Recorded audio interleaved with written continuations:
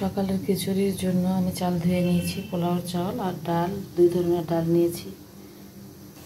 এখানে পেঁয়াজ বসিয়ে দিয়েছি। এটা আমি আর বেশি কালার করব না, এখন এর মধ্যে ডাল দিয়ে দিব। ডালটা দিয়ে বেশ কিছুক্ষণ কষিয়ে নেব মশলা ছাড়া। ডালটা কিছুক্ষণ কষাতে হবে মশলা ছাড়া, তারপরে আমি মশলাগুলো দিয়ে দেব। এটা বেশ কিছুক্ষণ কষিয়ে নিতে হবে কিন্তু। তারপরে আমি এখন দিয়ে দিচ্ছি, কষালাম এই মশলাগুলো, কাঁচামরিচ এগুলো দিয়ে আরও কিছুক্ষণ কষিয়ে নেব। আমি চালটা পরে দিব এর মধ্যে, আগে এগুলো আবার কষিয়ে নিচ্ছি।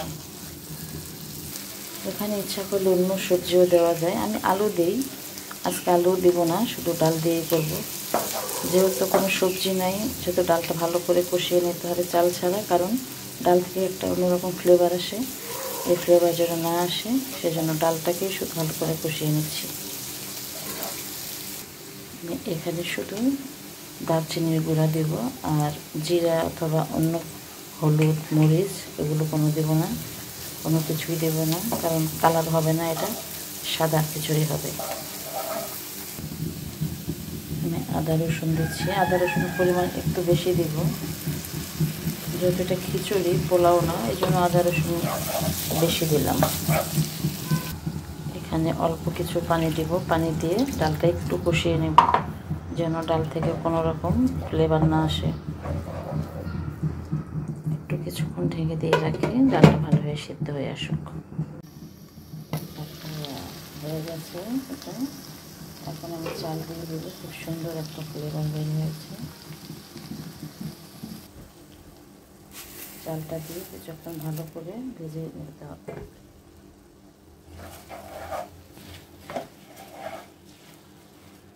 চালটা কিন্তু আমি অনেকক্ষণ কষিয়ে নিলাম মশলার মধ্যে। পানিটা গরম করে নিয়েছি আমি, এখন পানি দিয়ে দিব। এভাবে খিচুড়ি রান্না করলে কিন্তু অনেক মজা লাগে খেতে। একদম মনে হচ্ছে যে তবারক যে খাই, খুব অন্যরকম একটা স্বাদ আসে।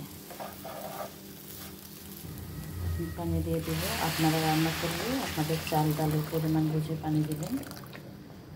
পানি দিয়েছি, এখন ঢেকে দিই।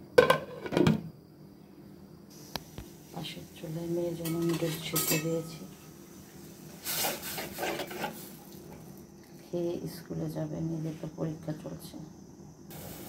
খিচুড়িটা বলক এসেছে, আমি এখন চুলাটা কমিয়ে দেবো, কারণ পোলাওর চালের পানি তো খুব দ্রুত টেনে যায়।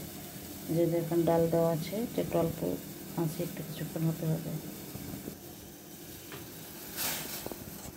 ঢাকনাটা একটু খুলে দেখি, লাস্টের দিকে হয়েছে। এখন এখানে আমি এই পর্যায়ে দিয়ে দেবো ঘি। এই খিচুড়িটা একেবারে মনে হচ্ছে যে তবারকের মতো একটা ফ্লেভার আসছে। তো আপনাদের যদি এই রেসিপিটা ভালো লাগে, হলুদ মরিচ মানে লাল মরিচ ছাড়া সাদা কালারের এই খিচুড়িটা, তো আপনারা ইচ্ছে করলে বাসায় তৈরি করে খেতে পারবেন।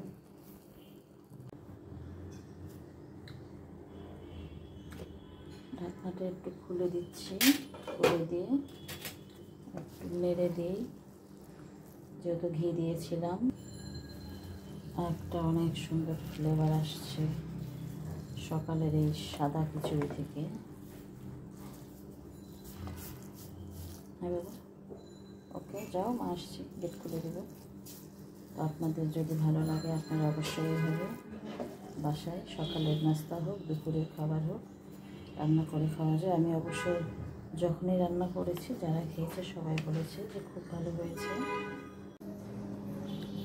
সম্পূর্ণ রেডি সাদা খিচুড়ি। তো আপনাদের যদি এভাবে ভালো লাগে, আপনারাও বাসায় রান্না করে খাবেন। ধন্যবাদ।